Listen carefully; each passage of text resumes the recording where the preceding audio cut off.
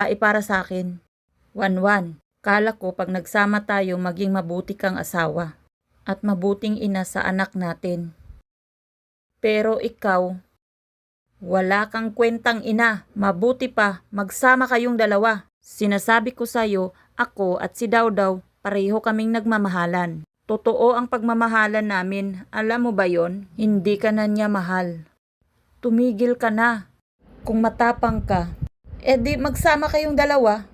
Ang lakas ng loob mong mangagaw? Kaya mo bang panagutan siya? Oo, kaya ko. Ah, ganon. Sige, kung talagang nagmamahalan kayo, magsama kayong dalawa. Sige, bukas ng alas 8 ayusin mo lahat ng papeles. Magkita tayo sa korte.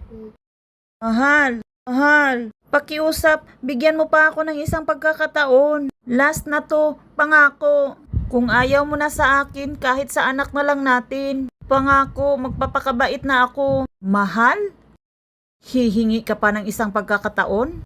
Ilang beses na kitang binigyan. Dinadamay mo pa ang anak ko? Wala kang puso. Simula nang dumating ka sa buhay ko.